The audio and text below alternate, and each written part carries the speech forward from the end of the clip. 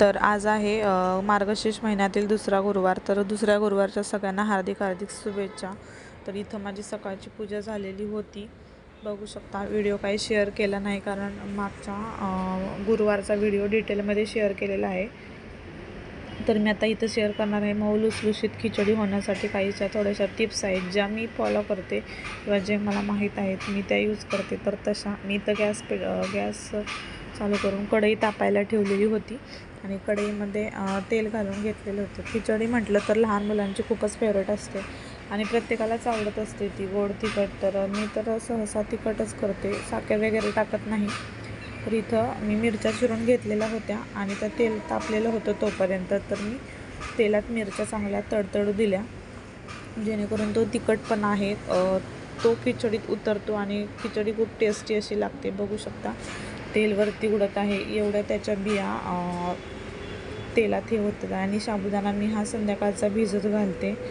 बघू शकता साबुदाणा खूप सॉफ्ट असा झालेला आहे. तर मी एवढी खिचडी करणार आहे कारण मुलंही देखील खातात आणि सगळेच खातात. तर मी खिचडी करण्यासाठी ज्या मिरच्या तडतडलेल्या होत्या तर त्यात मी खिचडी पहिल्यांदा घालून घेतलेली होती. काहीजण शेंगदाण्याचं कूट खालीच मिक्स करतात, तर तसं न करता ही टीप फॉलो करा तुम्ही. हा मोकळा साबुदाणा तेलात चांगला परतून घ्यायचा जोपर्यंत त्याचा कलर ब्राऊन येत नाही तोपर्यंत. आणि मी इथं बटाटे देखील शिजवलेले होते. खिचडी म्हटलं तर बटाटा हा येणारच, शिजवलेला किंवा असा तेलात परतवलेला. तर मी इथं बटाटे कुकरलाच लावून घेतलेले होते डाळीबरोबर आणि ते बटाटे शिजलेले होते. बघू शकता 3-4 शिट्ट्यात बटाटे शिजून निघलेले होते आणि मुलं देखील आवडीनं खातात.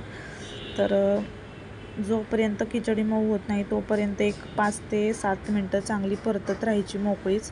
मी इथं बटाटा तोपर्यंत चिरून घेतलेला होता. मोठ्याशाच फोडी केलेल्या होत्या कारण मोठ्याच फोडी खूप छान लागतात किंवा हातानं क्रश केला तो देखील छान लागतो बटाटा. तर इथं मी मोठ्या फोडी केलेल्या होत्या आणि त्यात टाकून नंतर परतवत आहे. आणि 5 ते 7 मिनटांनी चांगला परतवून घेतल्यावर मी शेंगदाण्याचा कूट टाकलेला होता. शेंगदाण्याचा कूट देखील कमी लागतो चांगली परतली गेल्यामुळे आणि खिचडी देखील मऊ होती. तर ही टीप आहे जी मी फॉलो करते. तर नंतर मग एक 4-5 मिनटं परतायचं परत आणि त्यानंतर मग मी चवीनुसार मीठ ॲड केलेलं होतं त्यात. बघू शकता कुठंही खिचडी लागलेली नाही कारण ती अगोदर मोकळी परतवलेली आहे तेलामध्ये, त्यामुळं ती कुठेच लागणार नाही आणि खाताना देखील खूप लुसलुशीत अशी होते. तर तुम्ही पण अशीच फॉलो करा टीप. आणि एवढी सगळी परतवून झाल्यानंतर मी 2 मिनटाची त्याच्यावर वाफ काढून घेतली झाकण ठेवून.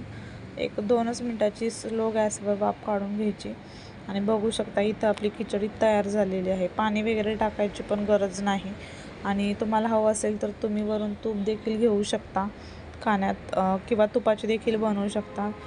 तर खूप छान असं कलर देखील आलेला आहे खिचडीला. तुम्ही पण नक्की ट्राय करा आणि चॅनलला सबस्क्राईब करा.